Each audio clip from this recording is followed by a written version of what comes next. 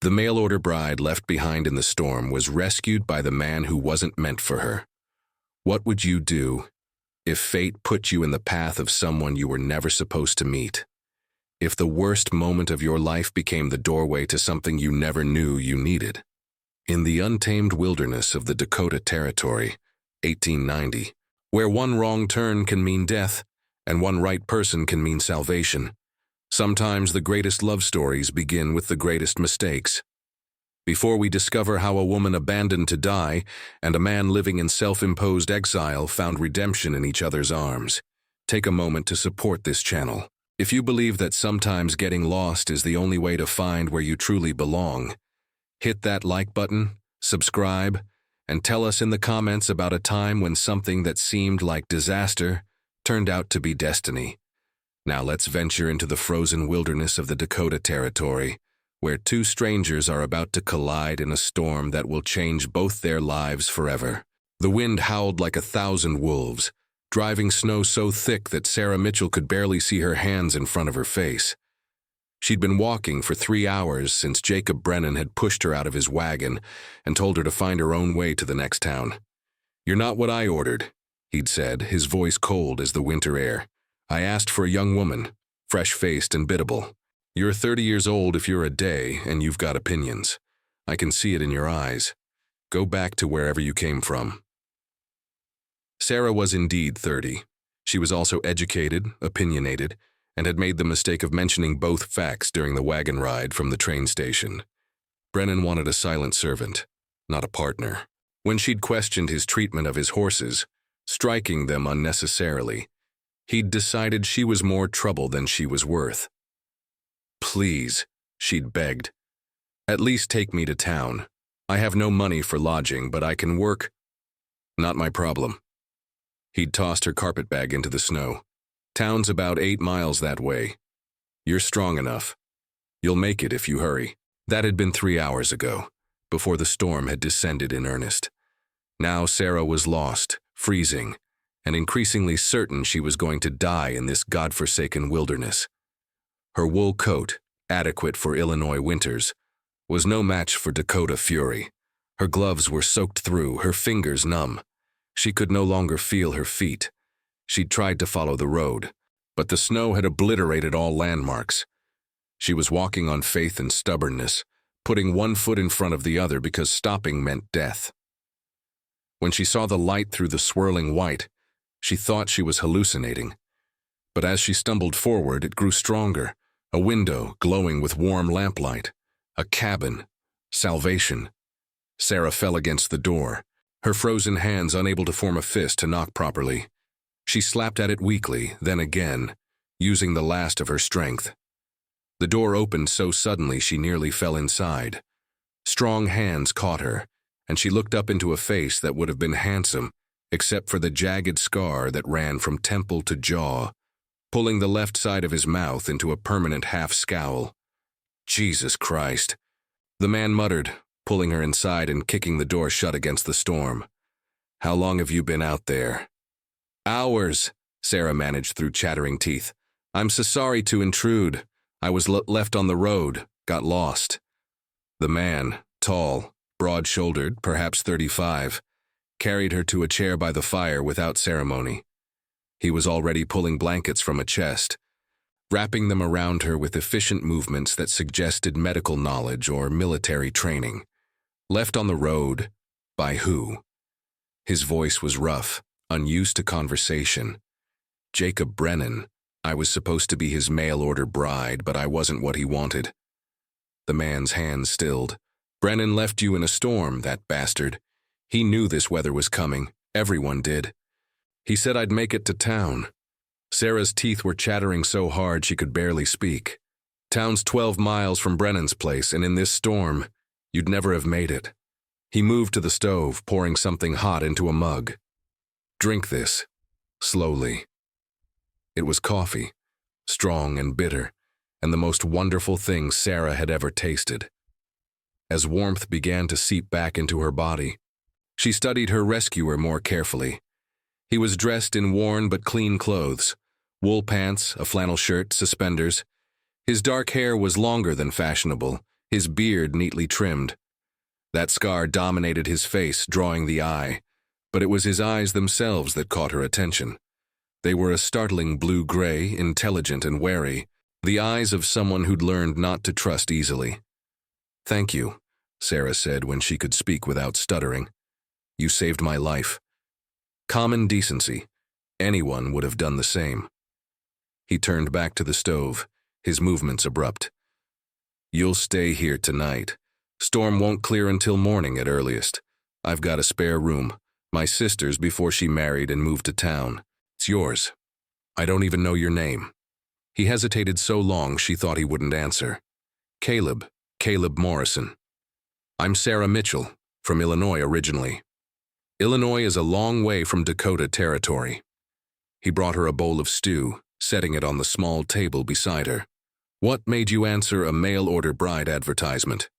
Sarah wrapped her hands around the warm bowl. "Desperation, mostly. I was a school teacher. The school board decided I was too old and too opinionated to teach their children. Said I was putting ideas in the girls' heads about education being as important for them as for boys." She smiled bitterly. "I was let go. No references, no prospects. When I saw Brennan's advertisement seeking an educated woman for companionship and help managing his household, I thought I'd found a solution. But you were too opinionated for him, too. I made the mistake of having thoughts." Sarah took a spoonful of stew, simple but well made. "What about you? You're out here alone.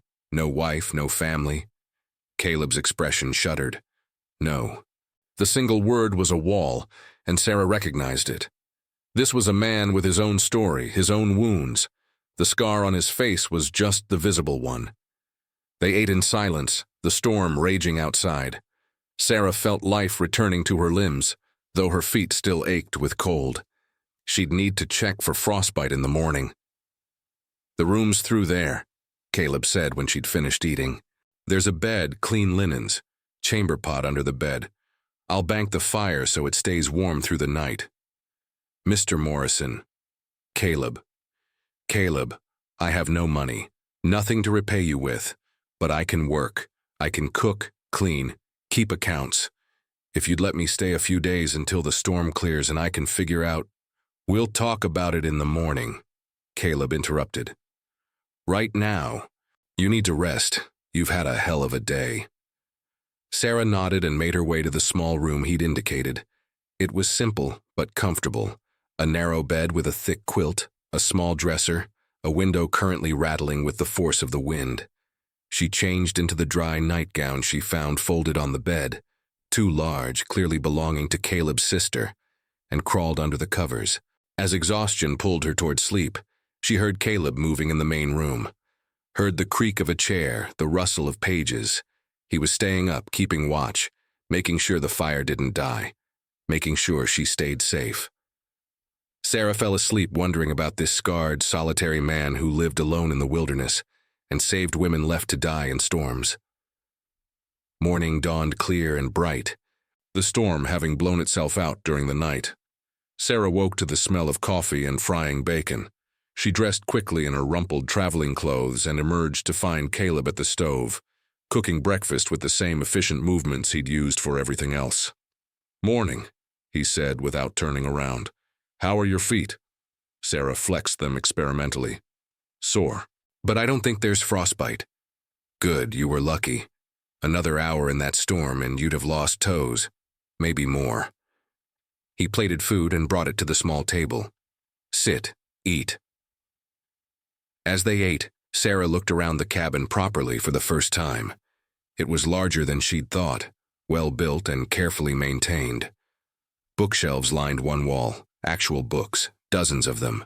Medical texts, novels, poetry, newspapers.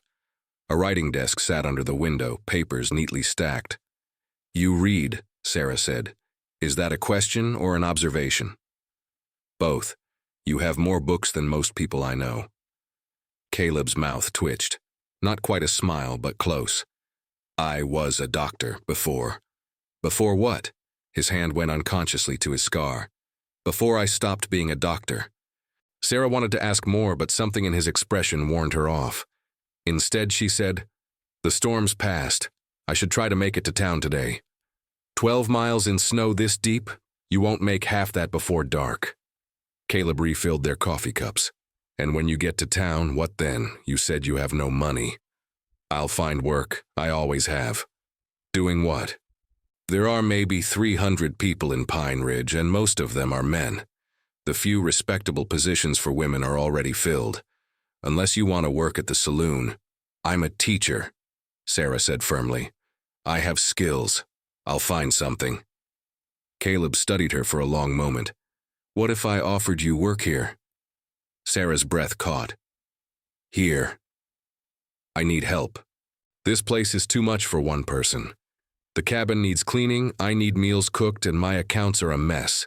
I can't pay much, room and board, plus $10 a month. But it's honest work, and you'd be safe. Why would you do that? Because Brennan left you to die, and that doesn't sit right with me. Because you need help, and I need help. Because... He trailed off, looking away. Because everyone deserves a second chance. Sarah considered. It wasn't what she'd planned. But then, nothing had gone according to plan since she'd stepped off that train. Here was a roof, food, safety, and honest work. Here was a man who'd saved her life, asking for nothing in return except her labor. On one condition, Sarah said. You tell me the truth. Why do you live out here alone? Why did you stop being a doctor? What happened to give you that scar? Caleb's jaw tightened. That's 3 conditions. It's one condition with 3 parts. Sarah met his gaze steadily. If I'm going to live here, even temporarily, I need to know who I'm living with. For a long moment, she thought he'd refuse. Then he stood abruptly, moving to the window. I was a surgeon. In Chicago. I had a thriving practice, a beautiful fiancé, a future. His voice was flat, emotionless. 3 years ago, I operated on a young man. Routine appendectomy. I'd done hundreds, but something went wrong. He died on the table. Sarah waited, sensing there was more. His father was a powerful man. Wealthy, connected. He blamed me for his son's death. Had me investigated. My medical license challenged. The inquiry cleared me. The boy had a condition no one could have known about, but the damage was done. My reputation was destroyed. My fiancée left me, said she couldn't marry a disgraced doctor. Caleb turned to face her, and Sarah saw the raw pain in his eyes. One night, the father found me in an alley. He had 3 men with him. They held me down while he took a knife to my face, said he wanted me to wear my failure where everyone could see it, that people should know what I was when they looked at me. Sarah's hand went to her mouth. My God. They left me for dead. A street doctor patched me up, but the damage was done. The scar, the nightmares, the way people looked at me afterward. I couldn't go back to practicing medicine, couldn't stay in Chicago. So I came here, bought this land, built this cabin, stayed away from people. For 3 years. For 3 years. Caleb's laugh was bitter. I told myself I preferred it, that I was better off alone, that I didn't need anyone. But you don't believe that anymore? I don't know what I believe. He looked at her directly. But last night, when I pulled you inside, when I saw you half frozen and terrified, I remembered what it felt like to help someone, to do something that mattered. I haven't felt that in 3 years. Sarah stood and walked to him. This close, she could see the scar clearly. A vicious, deliberate wound meant to disfigure and humiliate. But she could also see past it to the man beneath. The intelligence in his eyes, the strength in his bearing, the gentleness in his hands. You saved my life, she said simply. That matters. And if you'll let me stay, I'll try to help you remember that you're still the man who saves lives, scar or no scar. Caleb stared at her, something shifting in his expression. You're not afraid of me. Should I be? Most people are. The scar makes me look dangerous, violent. You look like someone who survived something terrible, Sarah corrected. That's not the same thing, and after yesterday, I'm not in a position to judge anyone by their appearance. Something that might have been hope flickered in Caleb's eyes. You'll stay then? I'll stay, at least for now. We'll see how we suit. They shook hands on it, formally like a business arrangement. but Sarah felt the warmth of his palm against hers, the gentleness of his grip, and wondered if this was really just business after all. The first week passed in a flurry of activity. Sarah threw herself into making the cabin a home rather than just a shelter. She cleaned thoroughly, reorganized the kitchen, and cooked meals that Caleb ate with genuine appreciation. In the evenings, they'd sit by the fire, reading or talking quietly. Sarah learned that Caleb had a sharp wit and a dry sense of humor, that he missed practicing medicine more than he'd admit, that he'd been slowly dying of loneliness in this cabin, though he'd convinced himself he preferred solitude. Caleb learned that Sarah was fiercely intelligent and utterly unintimidated by him, that she had opinions on everything from politics to poetry and wasn't afraid to argue, that her age and outspokenness, the very things that had gotten her rejected, were exactly what made her interesting. Why did Brennan want a young, biddable wife? Caleb asked one evening as they sat reading. Sarah looked up from her book. Because he wanted someone he could control, someone who'd never question him, never challenge him, never have thoughts of her own. That sounds boring. It sounds safe for him. Sarah set down her book. Men like Brennan are afraid of women who think. We're unpredictable. We might want things, expect things. God forbid. We might have opinions about how our own lives should be lived. Is that what got you fired from teaching? I taught the girls mathematics and science alongside their reading and sewing. I told them they could be more than wives and mothers if they wanted. That education was power, and they had as much right to it as their brothers.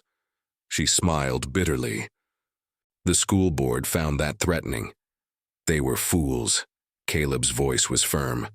The best doctors I knew were taught by women who believed in education. My own mother insisted I read everything, learn everything, question everything.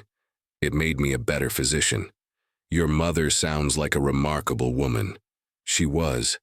She died 5 years ago, before. Everything. Caleb's expression clouded. I'm glad she didn't see what became of me. She'd see a man who survived, Sarah said gently. A man who built a life from ashes. That takes its own kind of strength. They talked long into the night, sharing stories from their pasts.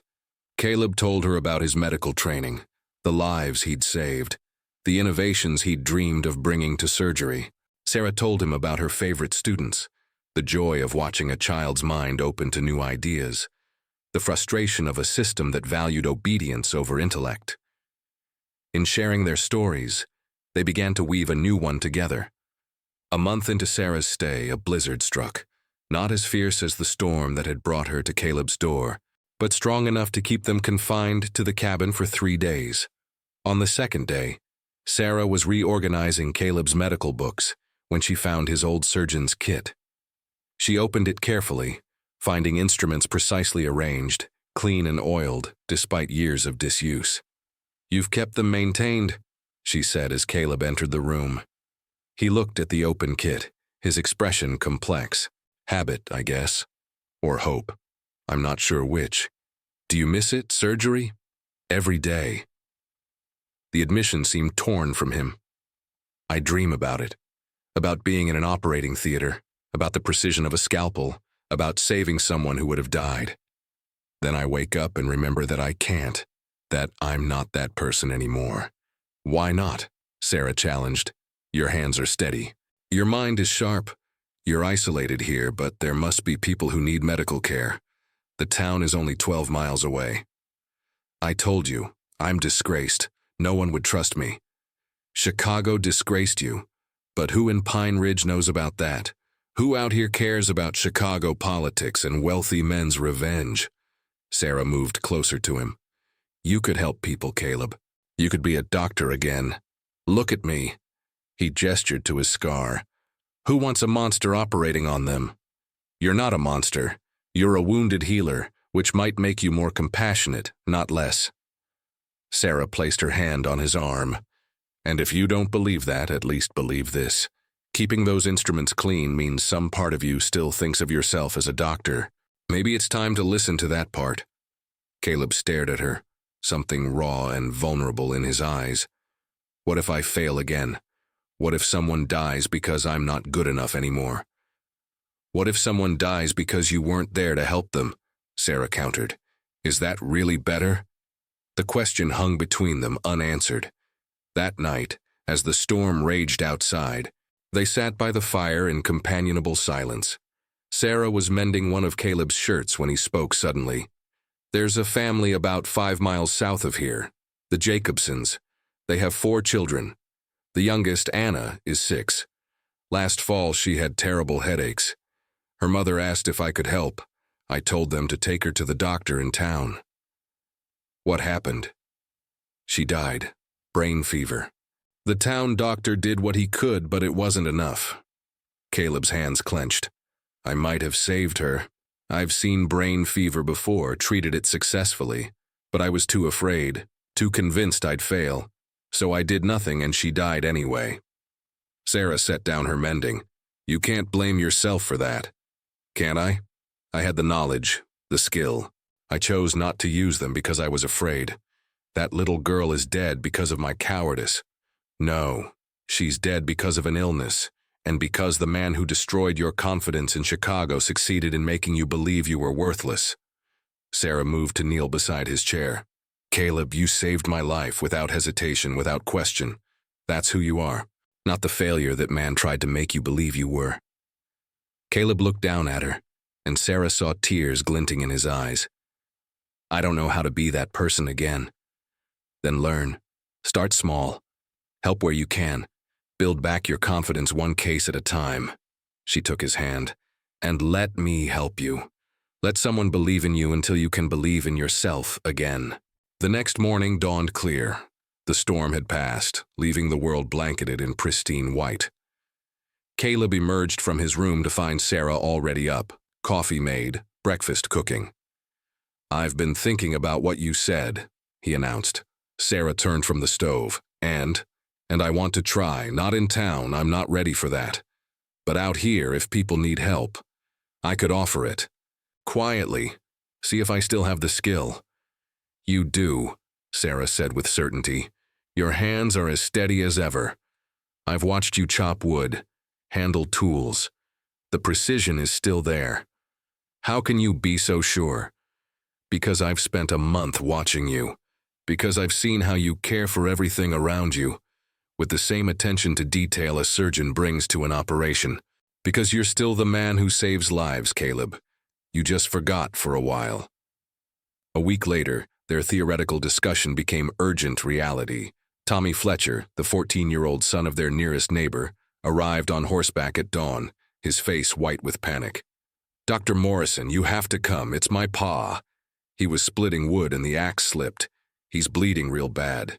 Ma sent me for the town doctor, but I remembered you were closer and… Caleb was already moving, grabbing his medical bag. Sarah was right behind him. Sarah, stay here. No, you might need help. I'm coming. They rode hard through the snow, following Tommy back to the Fletcher homestead. Inside, they found Mr. Fletcher on the kitchen table, his leg wrapped in bloody rags. His wife and 3 younger children huddled in the corner, terrified. Caleb's face went pale as he approached the table. Sarah saw his hands shake as he began to unwrap the wound. Deep laceration, he muttered. Severed muscle, possibly arterial involvement. Sarah, I need hot water, clean cloths. Mrs. Fletcher, I need you to take the children outside. As Mrs. Fletcher herded her children out, Sarah pumped water and set it to boil. She watched Caleb examine the wound, saw him take a deep breath, close his eyes for just a moment. Caleb, she said quietly, you can do this. He looked at her, fear naked on his face. What if… You won't. You're Dr. Morrison. You've done this 100 times. Trust yourself. Something in her voice steadied him. He nodded, then turned back to his patient with new focus. Mr. Fletcher, this is going to hurt. Sarah, hold his shoulders. I need to clean the wound before I suture. What followed was 2 hours of intense, delicate work. Caleb's hand stopped shaking as he fell into the familiar rhythm of surgery. He cleaned, sutured, bandaged with the precision of long practice. Sarah assisted, anticipating his needs, handing him instruments, keeping Mr. Fletcher as still and calm as possible. When it was done, Caleb stepped back, exhausted but triumphant. He'll live. No permanent damage if he keeps it clean and rested. I'll check on him in 2 days. Mrs. Fletcher burst into tears of relief. Tommy looked at Caleb with open hero worship, and Sarah felt a surge of pride so strong it nearly took her breath away. Outside, as they prepared to ride home, Caleb turned to Sarah. "I couldn't have done that without you." "Yes, you could have, but I'm glad I was there." "Sarah." He hesitated, then continued. "When I was working on Fletcher, something happened. For those 2 hours I forgot about the scar, forgot about Chicago, forgot about everything except saving that man's life. I was just a doctor again, doing what I was meant to do. I know I could see it." Sarah smiled. "Welcome back, Dr. Morrison." Word spread quickly. The reclusive Dr. Morrison had saved Tom Fletcher's leg, maybe his life. Within a week, people were coming to the cabin seeking help. A child with croup, a woman with a difficult pregnancy, an old man with arthritis so severe he could barely move. Caleb saw them all, with Sarah's help. They established a routine, morning consultations for anyone who came seeking help, afternoons for house calls when needed, evenings for rest and study. Sarah proved invaluable. She had a gentle way with patients that put them at ease, could assist in procedures with steady hands and quick thinking, and managed the increasing flow of people seeking Dr. Morrison's help. She also fielded their curiosity about the arrangement. "Are you his wife?" Mrs. Anderson asked one day while waiting for Caleb to examine her son. "His housekeeper and assistant," Sarah replied. "But you live here, together, unmarried." "We do." Sarah met the woman's judgmental gaze steadily. "Dr. Morrison saved my life. Now I'm helping him save others. If that troubles your sense of propriety, you're welcome to seek medical care elsewhere." Mrs. Anderson had the grace to look ashamed. "No, I didn't mean. That is, my boy needs help. And everyone says Dr. Morrison is the best. He is." Sarah's voice softened. "And he'll take excellent care of your son." But the whispers followed them. In a community where reputation was everything, an unmarried woman living with a bachelor, even one who was treating the sick, was scandalous. "Maybe I should move to town," Sarah said one evening after overhearing particularly nasty gossip at the general store. "No," Caleb's response was immediate and fierce. "This is your home. If people want to gossip, let them. They come here for help anyway. It damages your reputation. My reputation was already damaged. A scarred hermit doctor living in the wilderness isn't exactly respectable society anyway." He looked at her seriously. "Besides, I don't want you to go. These past 2 months. Sarah, you've given me back my purpose, my life. I can't imagine going back to the way things were before." "Neither can I," Sarah admitted. "But Caleb, we need to think about this practically. I can't live here indefinitely as your housekeeper. Eventually, you'll want to marry, have a proper family." "Will I?" Caleb interrupted. "Sarah, I'm 36 years old with a ruined face and a complicated past. What woman would want me?" "Any woman with sense," Sarah replied instantly. "You're brilliant, kind, dedicated to helping people. The scar doesn't change that. You're the only person who's ever said that. Everyone else sees the scar first. Then everyone else is blind." They stared at each other across the cabin, something unspoken hanging in the air between them.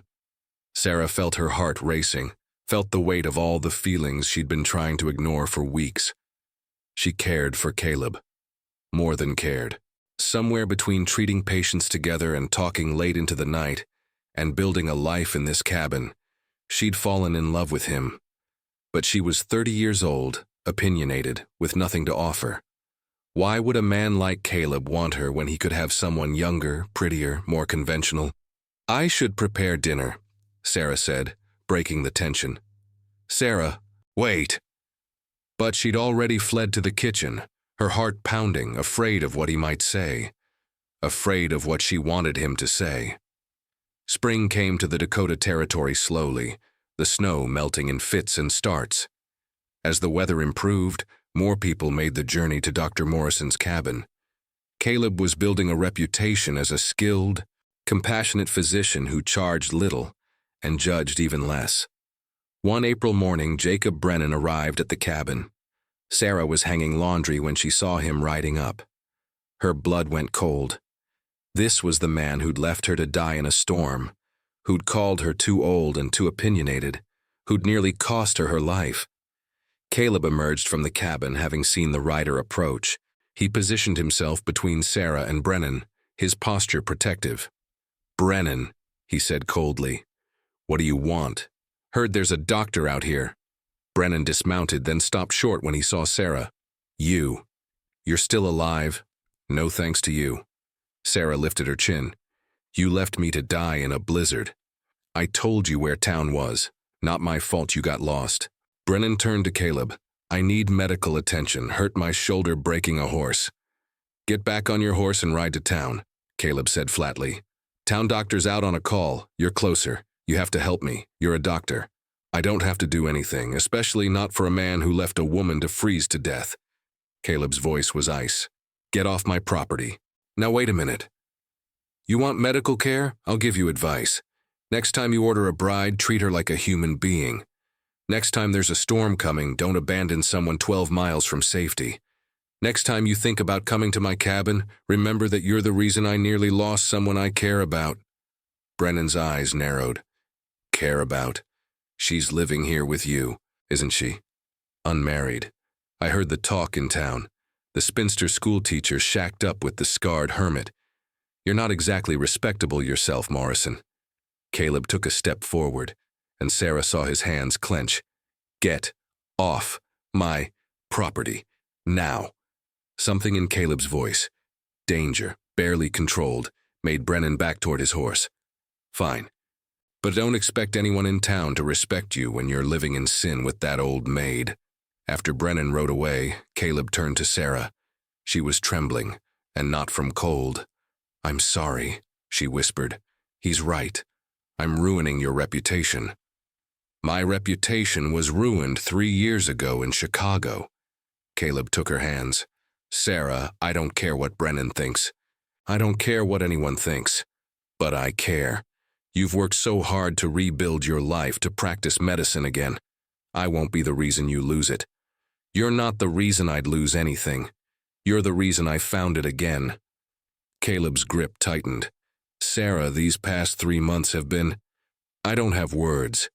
You've given me back my purpose, my confidence. You've made this cabin feel like a home. You've made me remember what it means to be alive, not just surviving. Caleb, I'm in love with you." The words came out in a rush. "I know I have no right. I'm damaged goods, scarred, disgraced, living in the middle of nowhere.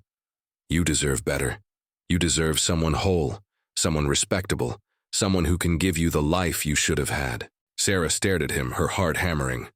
"You love me?"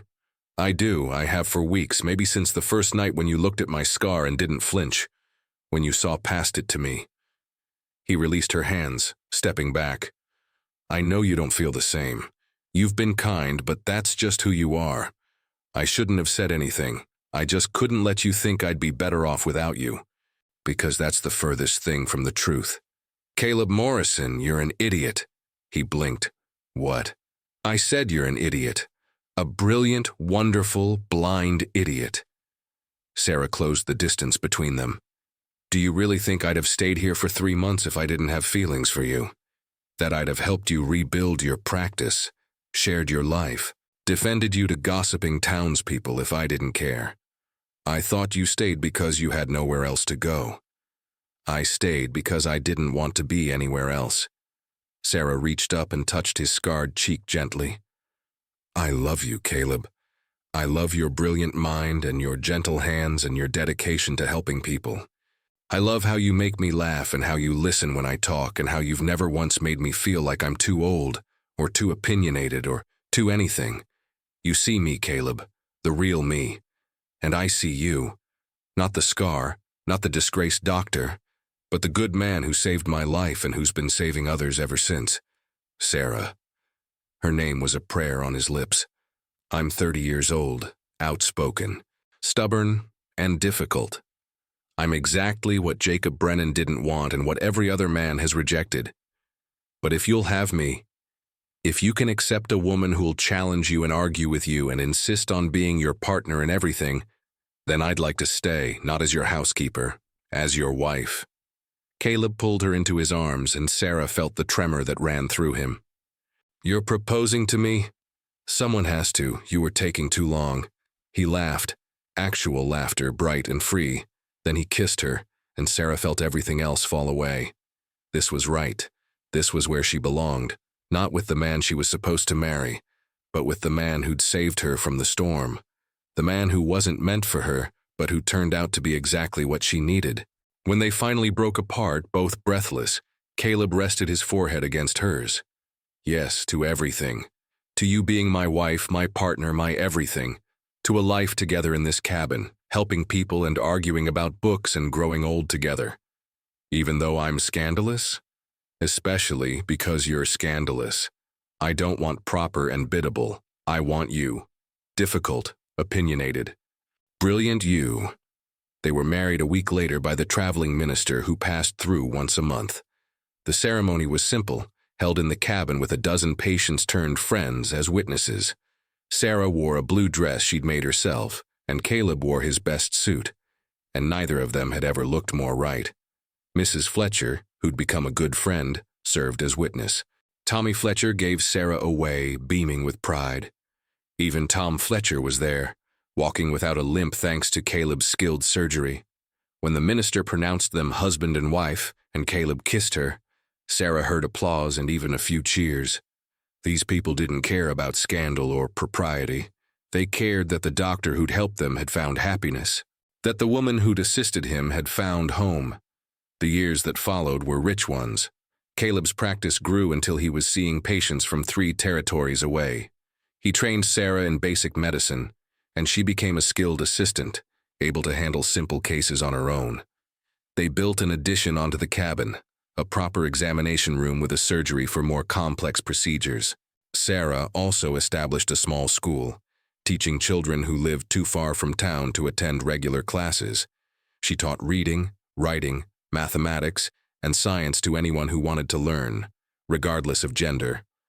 Her reputation as an excellent if unconventional teacher spread, and soon she had more students than she could handle. But it was their partnership that truly thrived. Every morning over coffee, they'd discuss cases, debate treatments, plan their day. Every evening by the fire, they'd read together, talk about everything and nothing, simply enjoy each other's presence. Caleb's scar faded from angry red to pale silver, but Sarah barely noticed it anymore. When she looked at him, she saw the man who'd saved her life. The brilliant doctor who'd been beaten down but had risen again. The gentle partner who challenged her mind and cherished her spirit. 5 years after that first storm, on a winter evening much like the one when they'd met, they sat by the fire in their cabin. Snow was falling gently outside, but inside was warmth and light and love. "Do you ever think about that night?" Caleb asked, looking up from his medical journal. "When you showed up at my door, half frozen?" "Often," Sarah replied, setting down her mending. "I think about how terrified I was, how certain I was going to die. I think about how close I came to not answering the door. I almost didn't, you know. I thought it might be someone from town, someone who'd want to talk or ask questions. I almost let you keep knocking."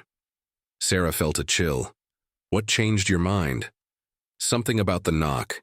It was desperate but weak. It made me think someone needed real help." He smiled. "I had no idea it was a half-frozen mail-order bride abandoned by a bastard, or that she'd change my entire life. I wasn't supposed to be for you," Sarah mused. "I was supposed to marry Brennan, build a life with him.